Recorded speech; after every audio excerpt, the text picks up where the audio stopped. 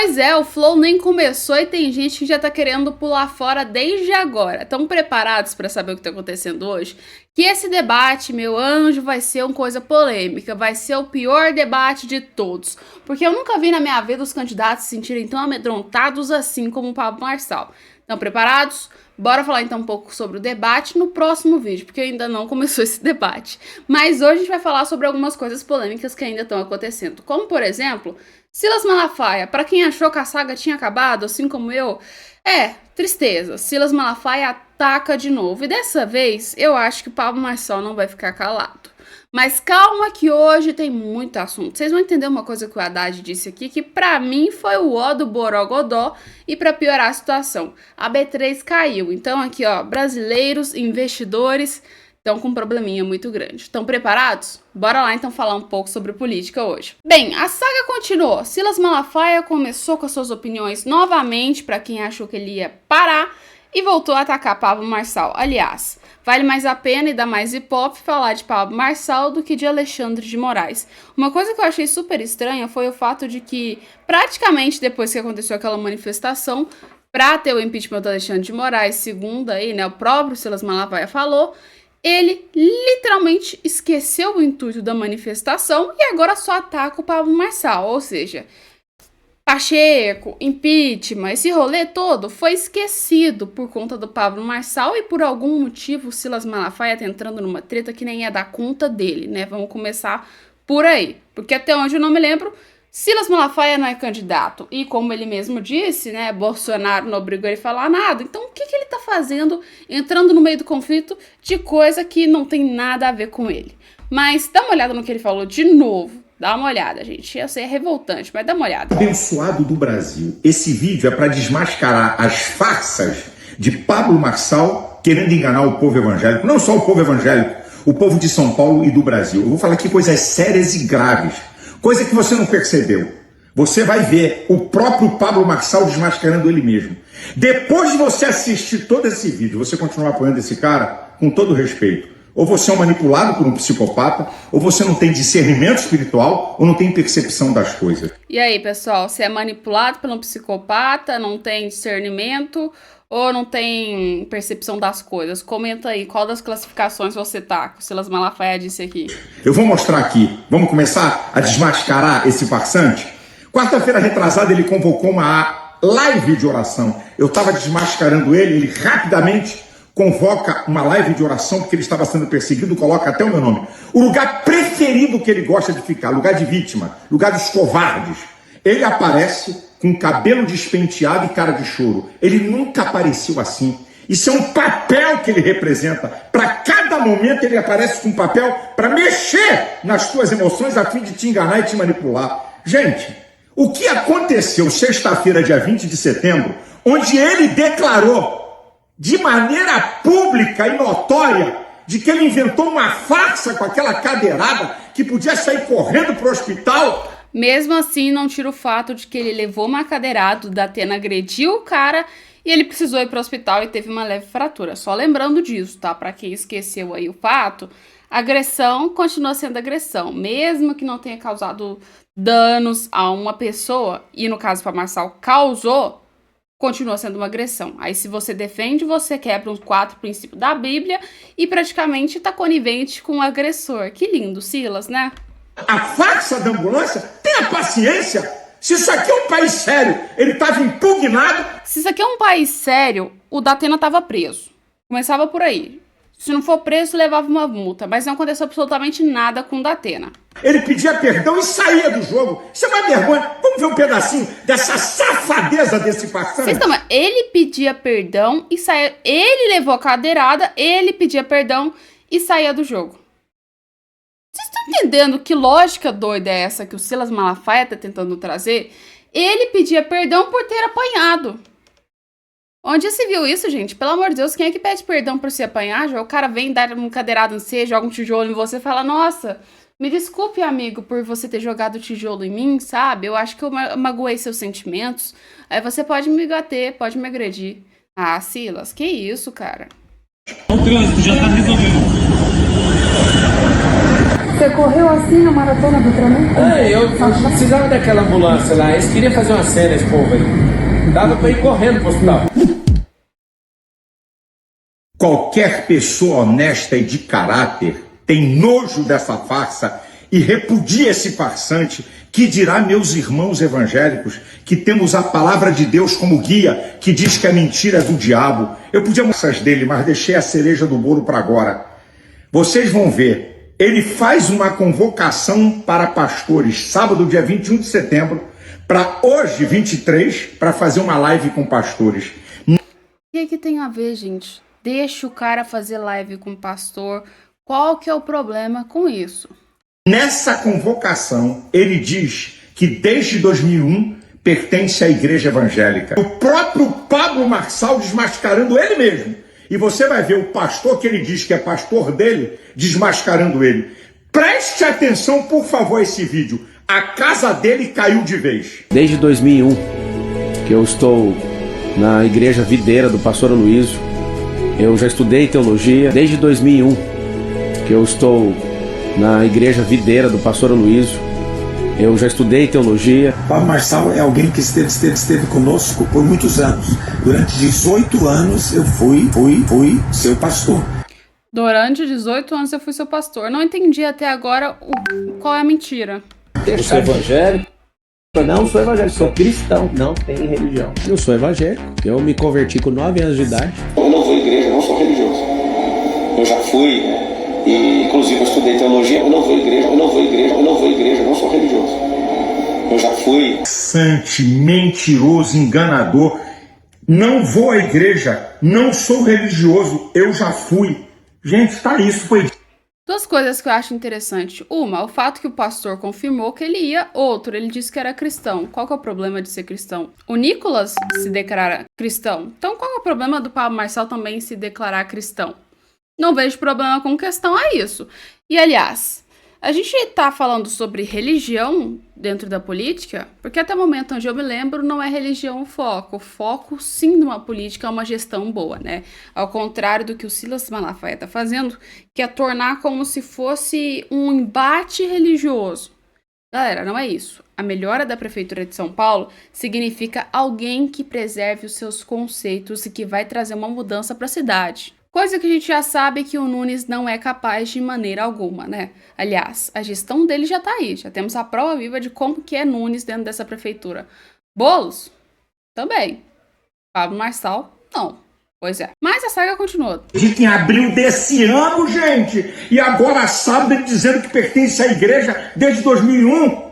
Qualquer pessoa de caráter e dignidade jamais vota num cara desse. Que dirá meus irmãos evangélicos que têm mente de Cristo e discernimento espiritual? Tenho certeza que não vão votar nele. Só essa farsa da ambulância, gente. Só essa farsa, usar uma ambulância que podia ser útil para salvar vidas, sendo usada para uma farsa para enganar o povo de São Paulo. Só por isso é para ninguém em São Paulo votar nele. E outra, ele convoca uma live para pastores hoje, dia 23 de setembro. Minha gente, só um pastor desavisado, alienado ou medíocre espiritual para comparecer. E outra, amanhã não vai ser fácil. Eu vou colocar um vídeo aqui. Pablo Marçal Malafaia, quem divide a direita? Gente da direita me criticando, citando meu nome, vão se arrepender, vão passar vergonha depois de amanhã. Deus abençoe. Vão se arrepender, vão passar vergonha. Já tá vendo aí, né? O Silas Malafaia tá jogando praga na gente. Que coisa horrorosa, Silas. Não faça isso não, querido. Não faça isso. Uma coisa é certa. Quem divide mais a direita? Silas Malafaia ou Pablo Marçal? Em algum momento isso tinha que ser uma competição? Tinha que ser uma competição, gente. Era pra direita estar unida. Pelo amor de Deus, a direita tá agindo de uma forma tão infantil que ela tá se dividindo enquanto a esquerda tá se mantendo totalmente alinhada, tá tendo aí, ó, super entrelaçada. Vocês têm que entender que toda vez que acontece alguém diferente, novo, entrando dentro da direita, a direita ela se rompe, ela cria um caos, ela divide, ela traz polêmica. Ao contrário da esquerda que tá sempre unida. E aliás, essas mesmas polêmicas, essas mesmas divisões foram o que fez Bolsonaro perder lá atrás. Infelizmente, vocês sabem que isso é verdade. Não era porque Bolsonaro era ruim, essas coisas que o povo fica falando. É porque teve uma divisão e virou um caos dentro da direita que deu oportunidade para que o próprio PT entrasse no poder de novo.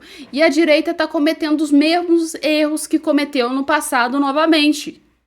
Apoiando a pessoa errada, dividindo o eleitorado, e quem ganha nessa é quem aí tá unido, que no caso é a esquerda. Então, a direita tem que parar de ser polêmica e pensar somente no próprio umbigo dela e começar a pensar no futuro, a começar a manter uma estratégia, a começar a se alinhar e se unir. E não se dividir entre as pessoas. Agora estão colocando uma pessoa de direita contra outra de direita. Aí tá virando esse caos, porque fulaninho de tal não pode. Fulaninho de tal já é de direita. Fulaninho de tal sei lá o quê. Aí o outro pode. Gente, a direita precisa amadurecer. Porque se não amadurecer, vocês sabem o que vai acontecer. Vocês sabem muito bem o que vai acontecer.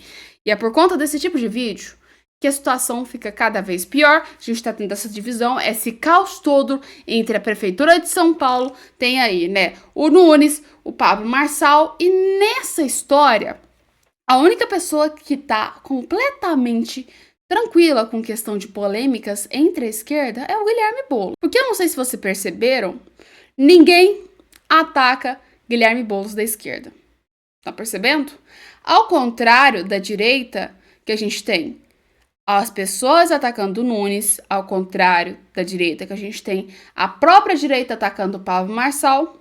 Galera, o que a direita tá fazendo é se autoqueimar. É uma coisa terrível que já deveriam ter aprendido com os erros do passado. Vocês sabem muito bem do que eu tô falando. Se a direita não se unir, ela não volta. É a explicação lógica disso. E esse tipo de conteúdo, assim, de divisão, tinha que parar. Tinha que chegar ao fim, porque já deu.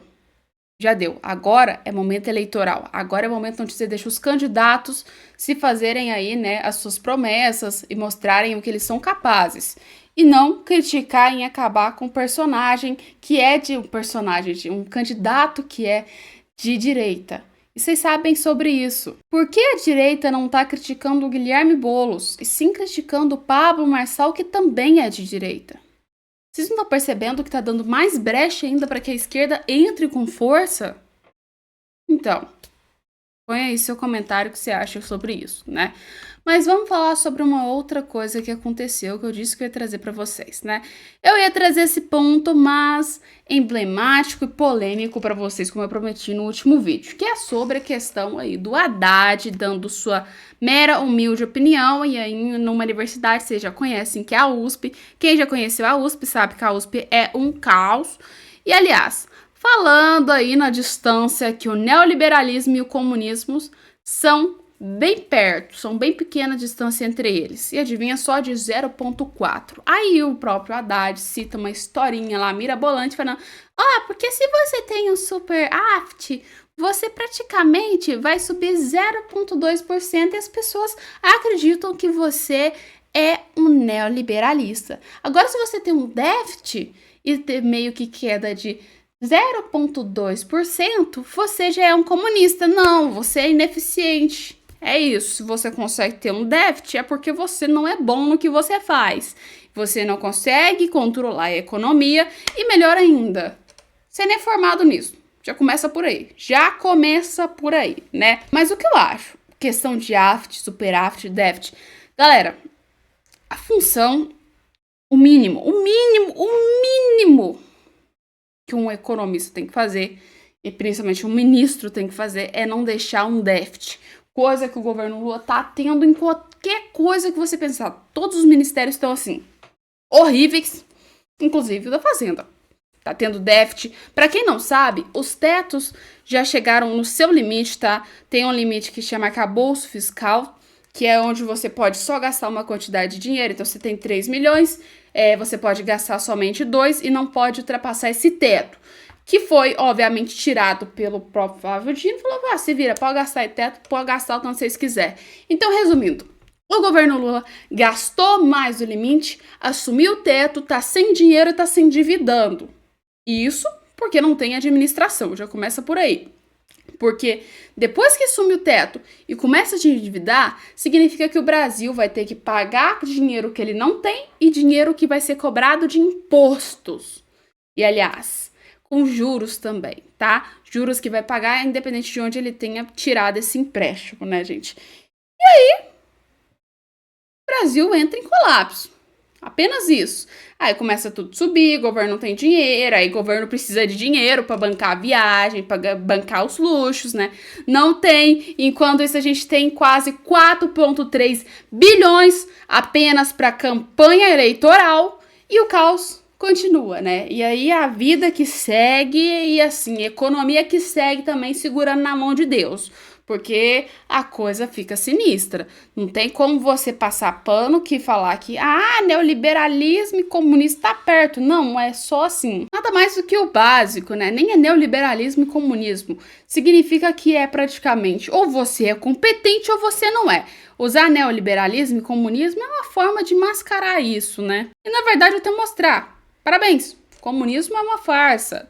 E o neoliberalismo já tá superando, né? Qual que vocês preferem? Ficar aí com déficit no banco ou ficar com superávit? Eu acredito que, assim, ficar devendo é pior, né? Então, vocês já sabem a opção. Comunismo não vale muito a pena. Mas vamos falar sobre outra coisa para terminar o nosso vídeo com chave de ouro aqui. Nossa, tinha tanta coisa que eu queria falar nesse vídeo, galera. Mas ia ficar enrolado que a gente tá falando muito hoje. Vocês vão ter que aguardar até as 10 horas da noite pra resenha. E se vocês implorarem muito, falar, ó, Alessandra, eu faço uma live pra vocês, tá? Eu faço live.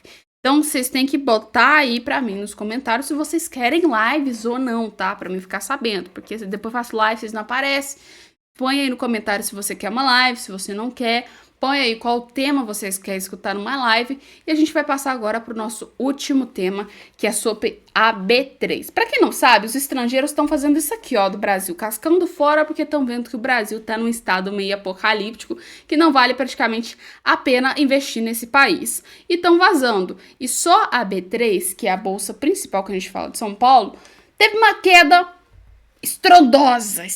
Sabe aquela queda arrematadora, aquele negócio que você fala, nossa, mano, lascou pra nós? Pois é, acabou de acontecer agora. O que acontece é que os investidores tiraram 28,6 bilhões e eles fizeram tipo uma métrica analisando aí, então, desde janeiro até setembro. Por algum motivo, os investimentos estavam até bons em 2023, mas chegou 2024, o povo apertou, falou, o governo Lula ainda tá aí no poder e praticamente está criando um caos, e os investidores falaram, vamos meter o pé daqui que a coisa não tá legal não. O que acontece é que agora foi assim, o segundo mês consecutivo que a gente tem 2 bilhões de saldos negativos dentro aí das contas e da bolsa da B3, né? Principalmente quando a gente sabe que o capital internacional tá vazando fora, os estrangeiros estão arrancando a grana daqui de dentro.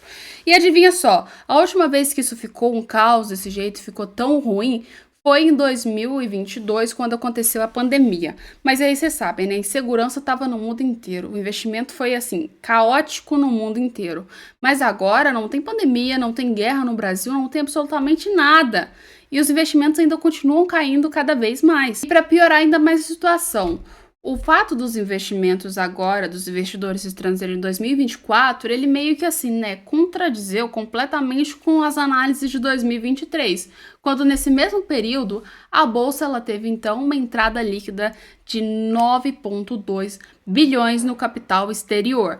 Mas aí a saída de recursos pode ser atribuída então a vários outros fatores, né, incluindo as incertezas políticas e econômicas que andam acontecendo. Então assim, provavelmente a galera tá arrancando dinheiro porque tá vendo que o Brasil não tá tão legal economicamente e politicamente. Então assim, obviamente, como qualquer outro investidor, olhar assim e falar, pô, pra que eu vou investir meu dinheiro num país instável, que eu não sei se a política vai ficar boa, se a qualquer momento podem confiscar, se a qualquer momento podem pegar meu dinheiro e acabar com ele. Pra que eu vou fazer isso? Não é melhor eu investir em um lugar onde eu sei que meu dinheiro vai estar seguro? Pois é. Esse pensamento que faz com que as pessoas retirem a sua grana daqui do Brasil e com essa bolsa de valores caiam.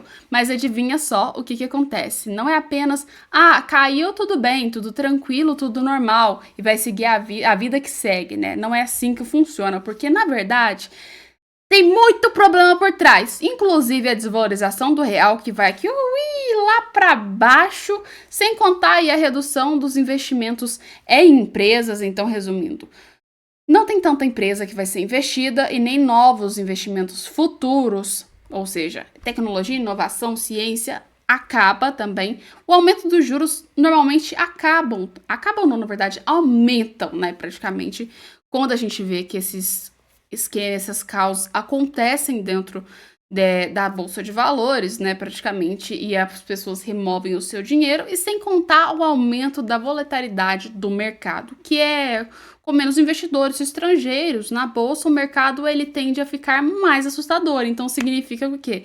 A falta de liquidez aumenta, né, e provavelmente ninguém quer mais investir. Então a história é mais ou menos essa. Brasil entra em colapso, entra em caos, ninguém quer mais investir. Se ninguém investe, não tem oportunidade para que novas empresas sejam investidas, surgidas, não tem dinheiro. E se ninguém investe na bolsa, em real, parabéns, real cai. Economia tá linda, Haddad. Nossa, você é genial, parabéns. Adivinha só qual o principal motivo dessas coisas ficarem desse jeito? Pois é, o nosso lindo, belo, amado governo paz e amor, que não sabe administrar completamente nada. E cria esse caos político, esse caos de instabilidade econômica e esse caos no próprio país. Aí você me diz, com um governo desse, onde você encontra um ministro que era condenado por assédio sexual, depois você põe uma ministra que tem relações com corrupção, e aí é mais gente preso, PCC, tananana, que tanto de coisa, você acha que o cara vai investir no seu país? Parabéns, não vai. Vocês sabem a resposta. E é por isso mesmo que o caos continua e cada vez fica pior. Governo Lula não é sinônimo de amor, não. É sinônimo de perda e de caos, tá? Mas põe aí nos comentários o que você acha. A gente volta com mais vídeos, resenhas 10 horas da noite, tá? Um beijo, galera, e até daqui a pouco.